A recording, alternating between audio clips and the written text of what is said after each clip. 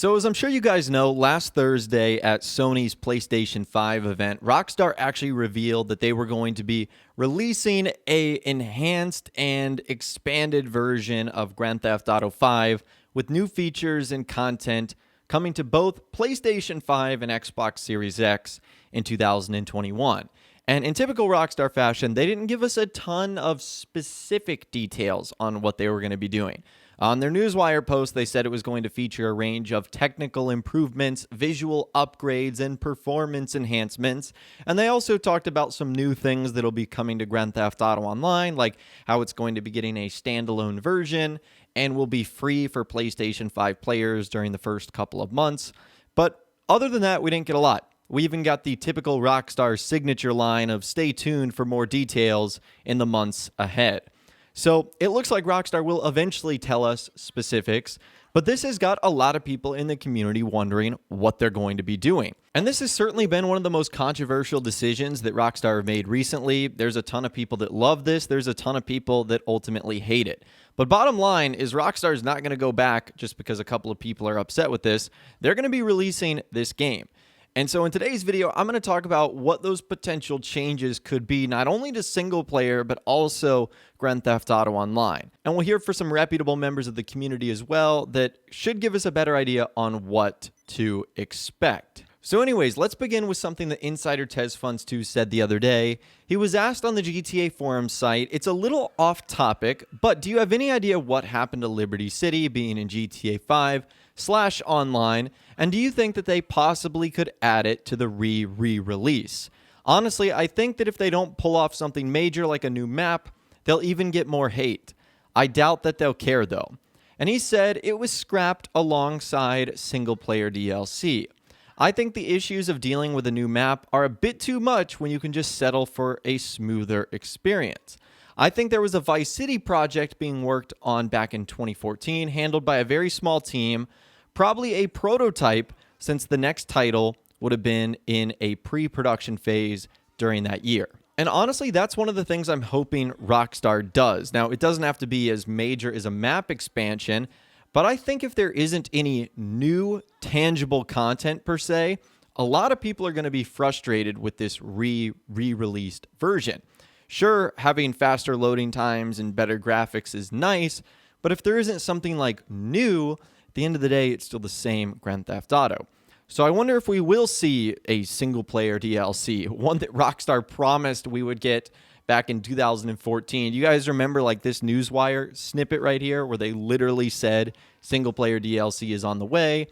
I don't expect a map expansion. That would be totally wild. But if Rockstar was worried about the current system's ability to handle that, then maybe this is their chance to do so. And who knows, maybe some of the stuff that was going to come in GTA 5 will be implemented into the next title, likely GTA 6. I guess we won't know until that game comes out.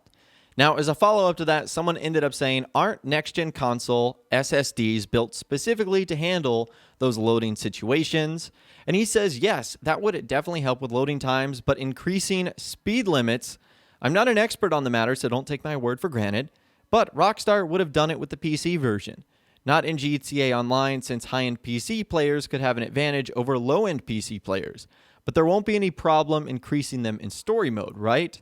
So I think he's referring to the fact that your vehicles might be able to travel faster if the system you're playing on is able to handle it, I guess. Again, I'm not an expert on that in any stretch of the imagination, but one thing I will think we will specifically see here is loading times will drastically get better. I hope that's the same thing for GTA Online as well and in single player. I built a pretty high-end PC at the end of 2019, and I think the loading times are a little bit faster on that than on my PlayStation 4 Pro, but it's not like something where I'm like, wow, this is like ultra quick and my PS4 is super slow. It might be a little bit better, but not all that much.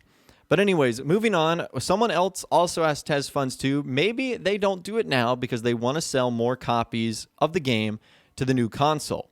But this standalone and enhanced version of GTA 5 on PC will be exclusive only for the new console or PC too.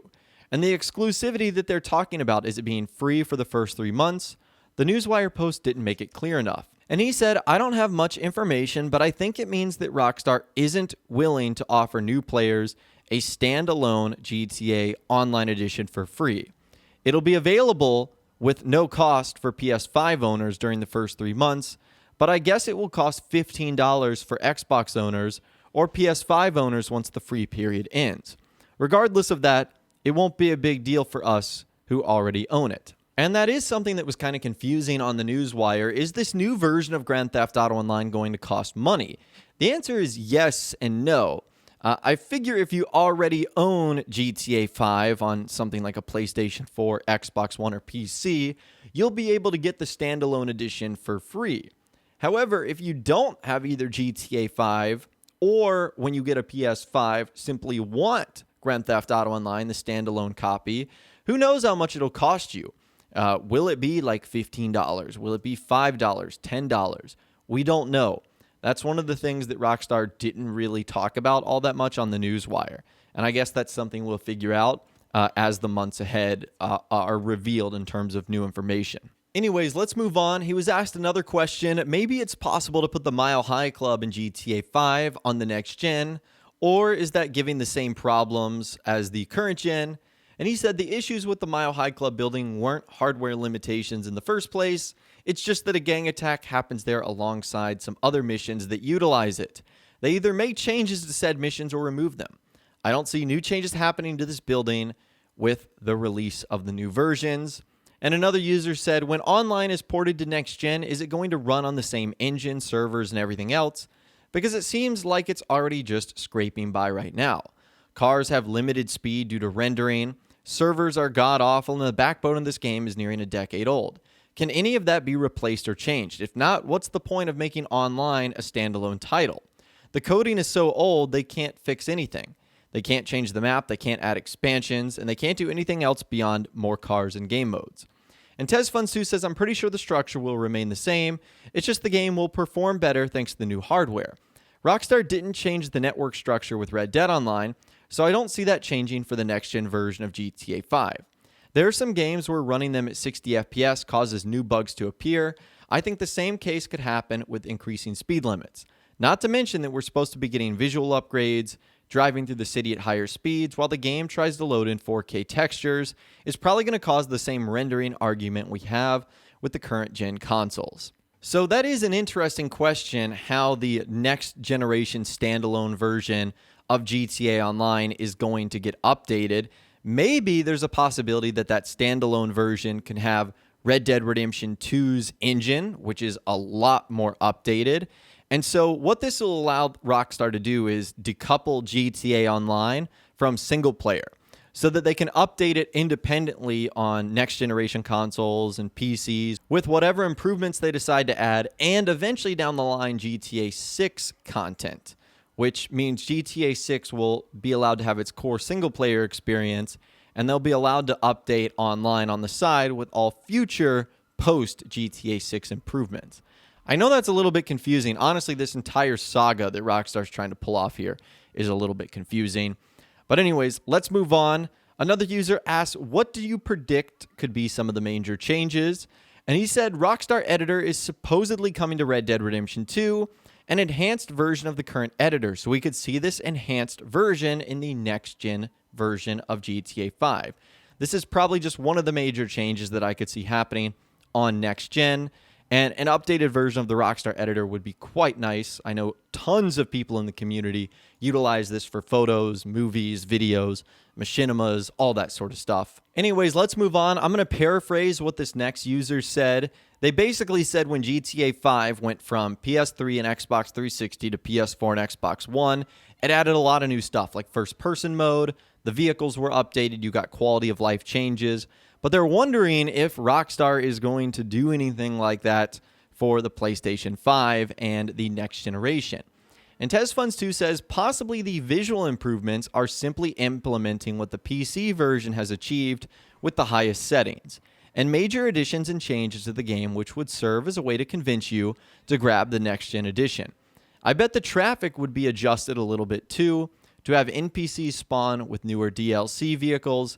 This makes me curious why Rockstar just can't do it right now. Anyone on PC can do it.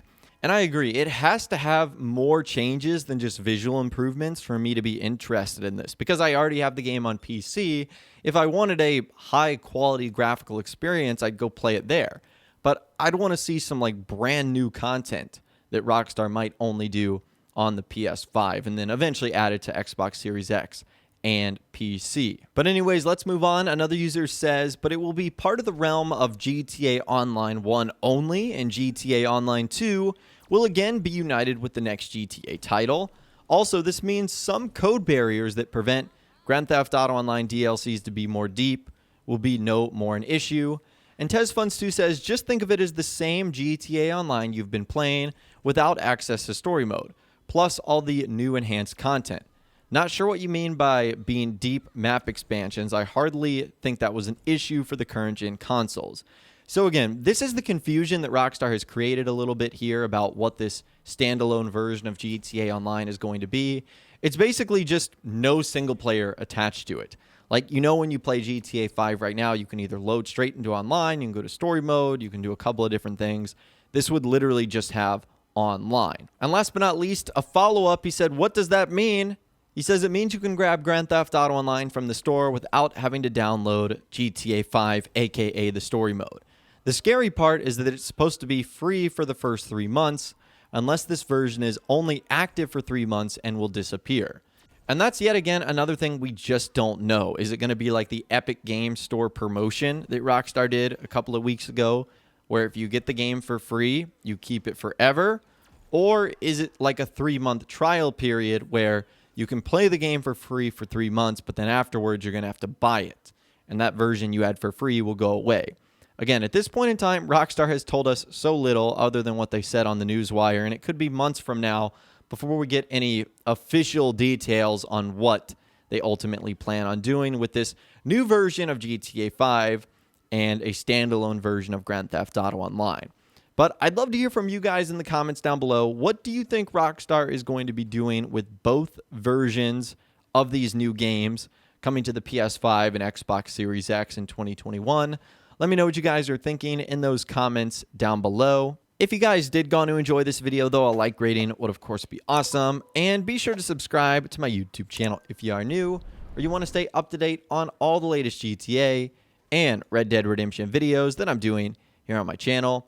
And be sure to ring that notification bell as well. Sometimes YouTube just doesn't work, and if you ring that bell, you'll always be guaranteed to be notified when new videos arrive. But of course, as always, guys, thank you all so much for watching. Take care, and I'll see you guys in the next video.